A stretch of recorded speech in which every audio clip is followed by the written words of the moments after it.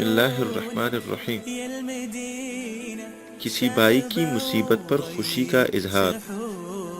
حضرت واصلہ رضی اللہ تعالیٰ عنہ سے روایت ہے کہ رسول اکرم صلی اللہ علیہ وسلم نے فرمایا کہ تم بھائی کی مصیبت پر خوشی کا اظہار مت کرو، اگر ایسا کرو گے تو ہو سکتا ہے کہ اللہ تعالیٰ اس کو اس مصیبت سے نجات دے دے اور تم کو مبتلا کر دے۔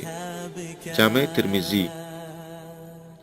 جب دو آدمیوں میں اختلاف پیدا ہوتا ہے اور وہ ترقی کر کے دشمنی اور عداوت کی حد تک پہنچ جاتا ہے تو یہ بھی ہوتا ہے کہ ایک کے مبتلا مصیبت ہونے سے دوسرے کو خوشی ہوتی ہے، اس کو شماتت کہتے ہیں۔